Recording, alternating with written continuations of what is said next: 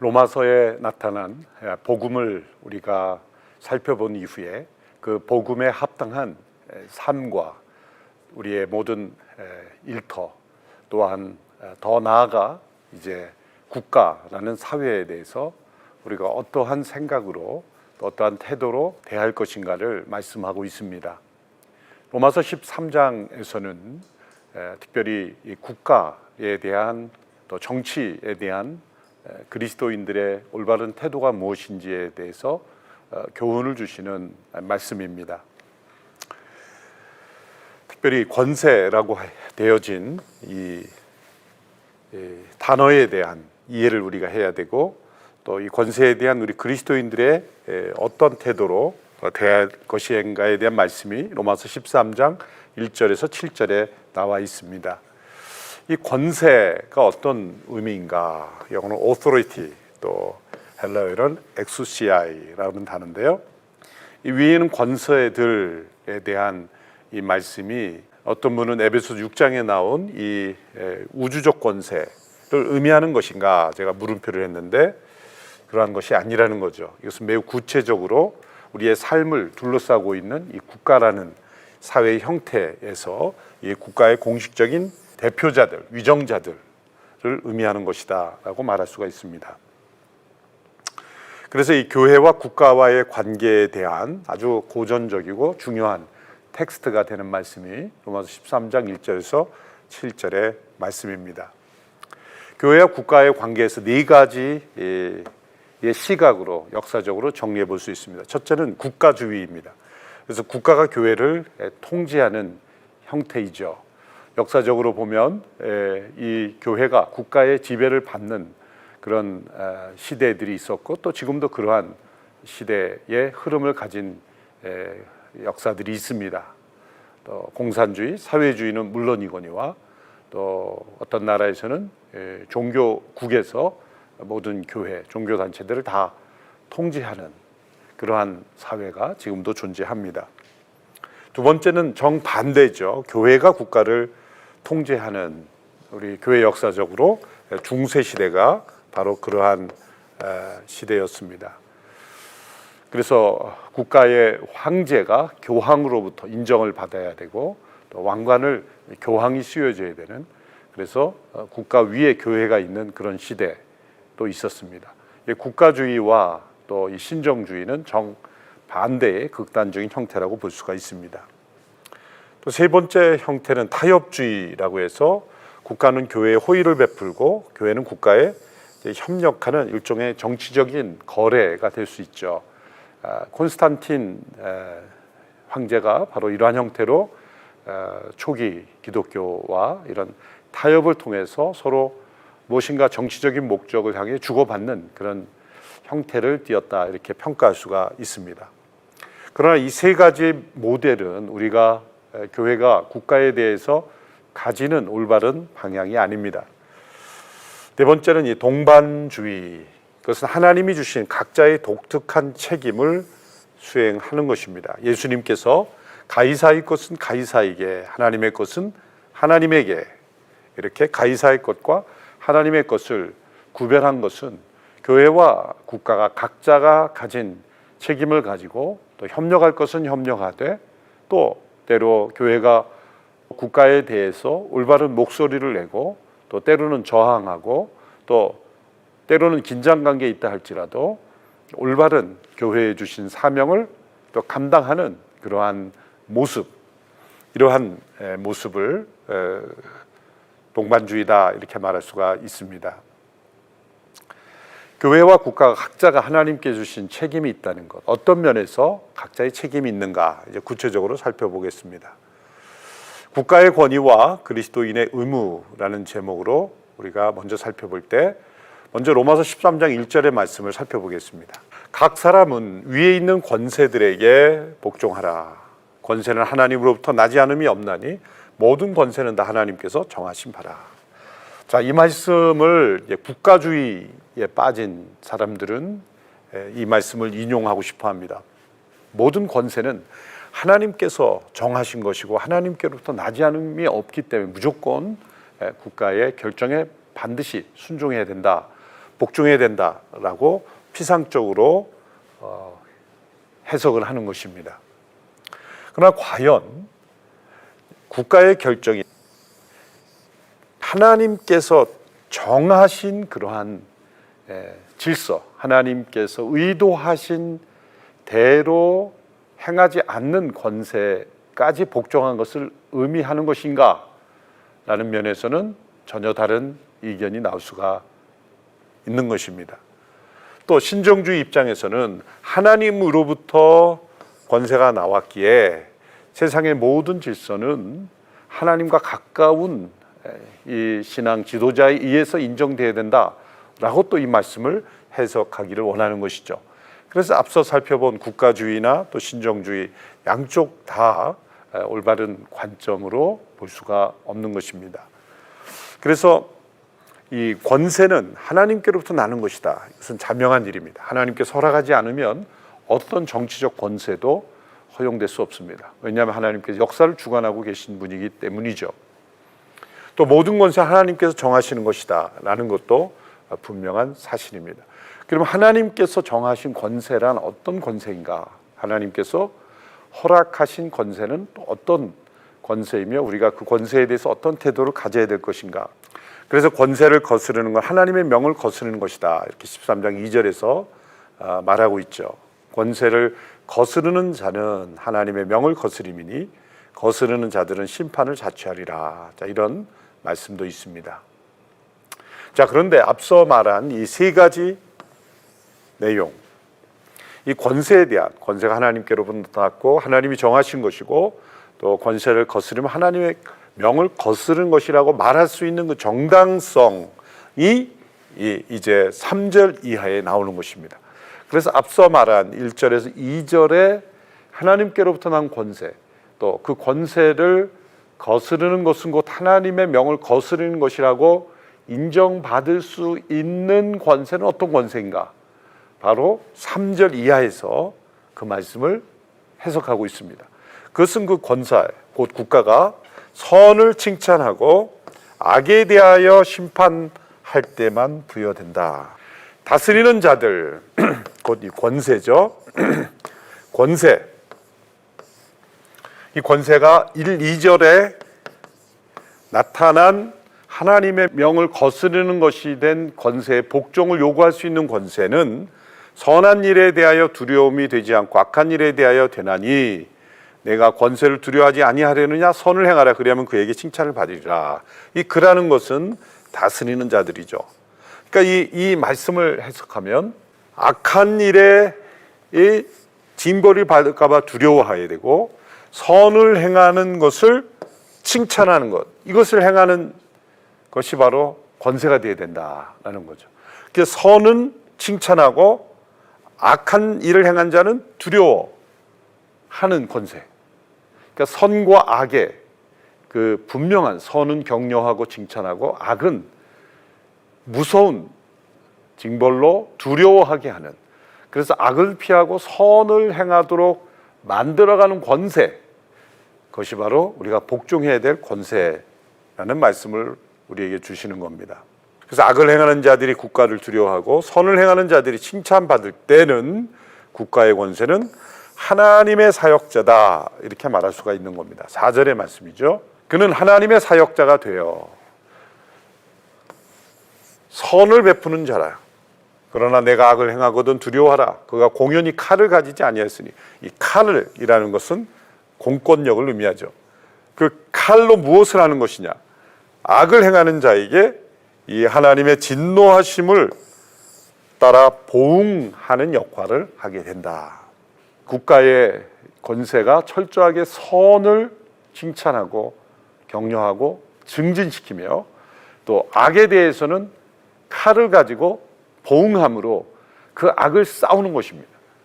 그런데 여기서 이 칼을 통해서 보응하는 것 자체는 사실은 선이 아니죠. 이 자체도 사실은 악입니다. 그러나 하나님의 사역자라고 말하는 것은 이러한 악을 징벌하는 악으로서 불가피한 이 세상의 질서 가운데 개인적으로 악인을 복수하지 말라. 12장 마지막에서 설명했죠.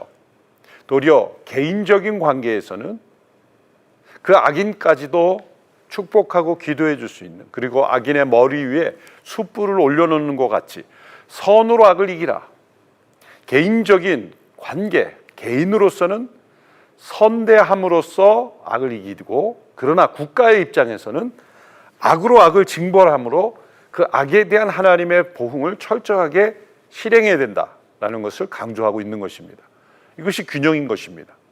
만일 국가가 악을 증진하고 또 선을 멸시하고 또 선을 칭찬하지 않는다면 그러한 국가는 하나님의 사역자가 될 수 없죠. 그리고 그 칼을 도리어 선을 행하는 자를 해한다면 하나님의 사역자가 아니기에 우리가 복종해야 될 의무가 없는 것입니다. 그래서 만일 국가가 악을 행하는 자들을 칭찬하고 정반대로 선을 행하는 자들을 벌함으로써 권세를 오용한다면 그리스도인들은 국가에 저항해야 합니다.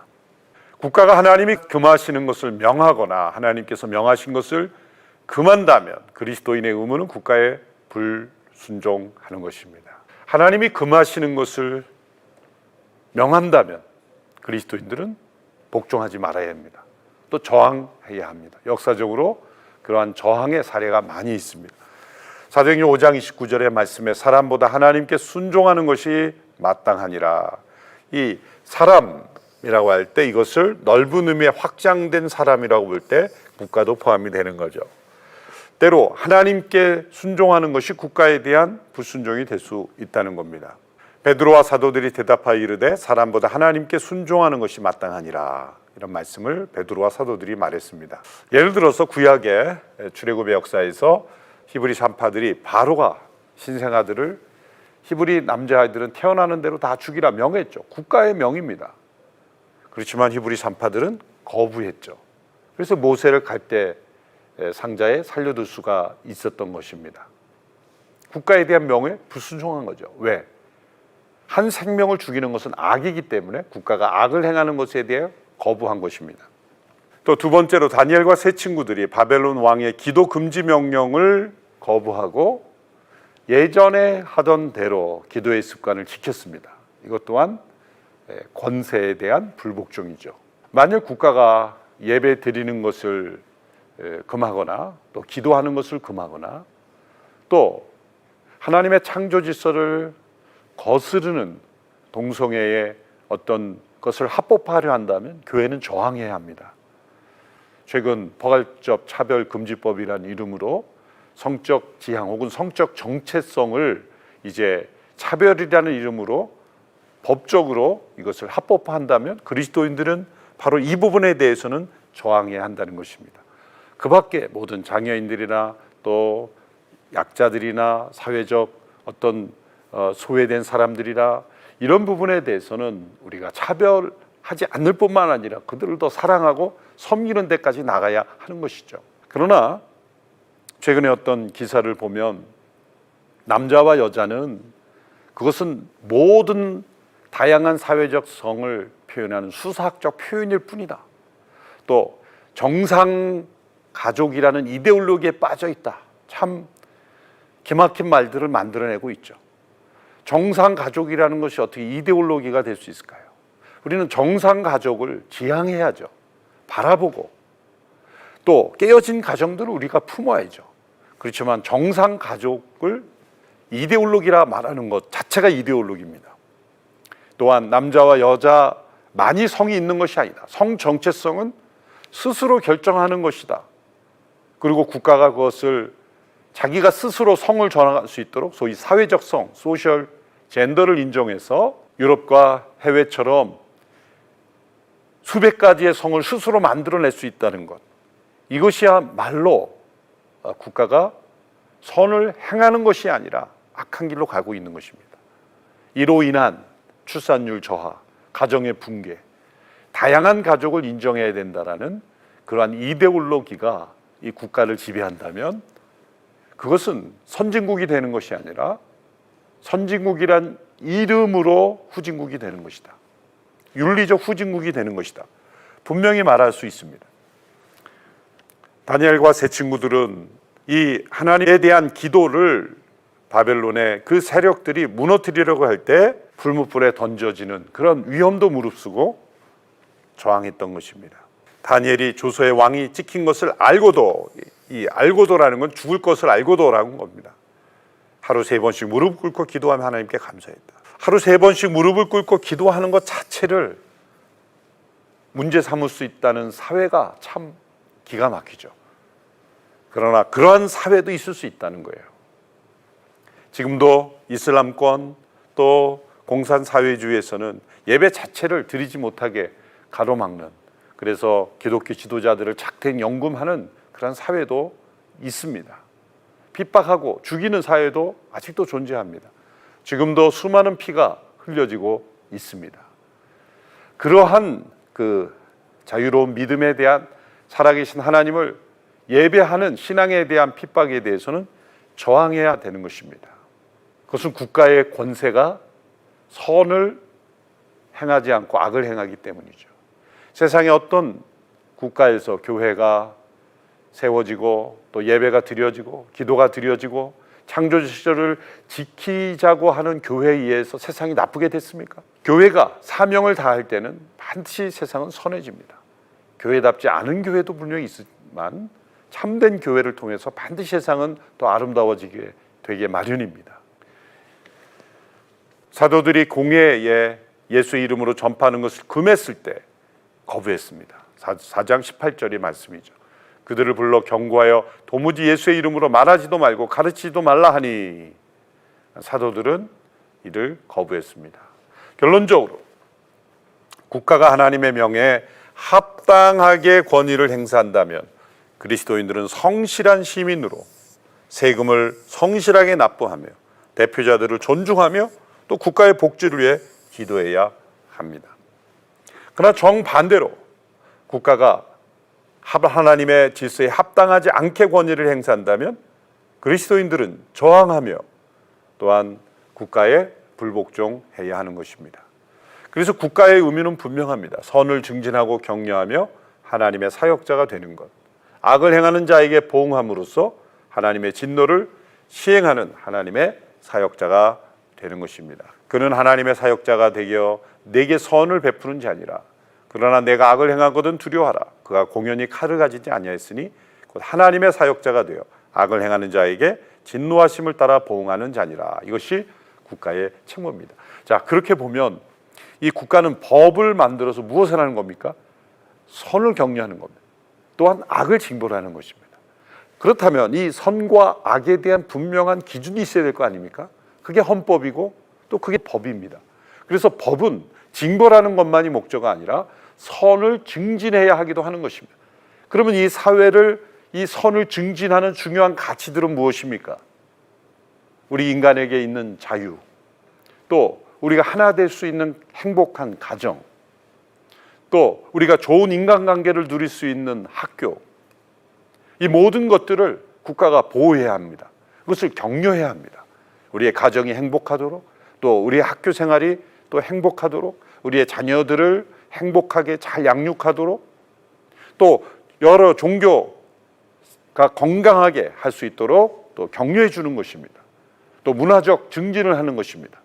경제적 활동을 잘 할 수 있도록 그렇게 경제 성장을 도와주는 것입니다. 국가가 모든 것을 책임지는, 국가가 가정도 책임지고 또 학교도 책임지고 기업도 책임지고 또 종교도 책임지고 다 책임질 수 없습니다. 국가는 선을 증진해 주는 것입니다. 그들이 잘할 수 있도록 뒤에서 도와주는 겁니다. 그들이 자유롭게 신앙생활하고 기업 활동하고 또 가정이 행복할 수 있도록 국가는 뒤에서 도와주는 것이고, 또 그 가운데 악을 행하는 자들, 가정을 파괴하고 또 학교를 혼란하게 하고 또 기업 질서를, 자유시장 경제를 혼란하게 하고 이런 범죄자들에 대해서는 엄격하게 징벌하는 것입니다. 그럼으로써 국가가 모든 국민들이 건강하게 살아가고 또 생활할 수 있도록, 행복하게 살아갈 수 있도록 선은 증진하고 악은 징벌하는, 그런 면에서 국가가 최소한의 존재감을 나타내지만 그러나 가장 중요한 역할을 하는 것, 이것이 국가의 올바른 태도이고 이것이 자유민주국가의 올바른 자세인 것입니다. 국가주의로 흐르게 되면 이제 모든 영역을 다 국가가 통제하려고 할 때 불가능한 일이 생기는 것입니다. 코로나 팬데믹이 오면서 이제 우리가 처할 수 있는 어떤 전 세계적인 현상 중에 하나가 이 국가주의 현상 아니겠습니까? 어떤 방역이나 또 이런 보건, 의료를 지키기 위해서 분명히 국가가 앞장서야 하는 것입니다. 그러나 그것이 모든 영역에 있어서 국가가 다 결정을 해야 된다는 것은 결코 아닌 것이죠. 그것은 방역의 차원에서만 그쳐야 하는 것입니다. 이러한 이 국가주의, 또 한편으로 어떤 신정주의에 빠지는 오류가 있어서는 안 되고 우리는 교회와 국가가 서로에게 준 책임을 지키며 또 새로는 서로에게 올바른 길을 나갈 수 있도록 견제하며 우리가 국민들을 위하여 존재하고 섬기는 기관들이 되어야 하는 것입니다.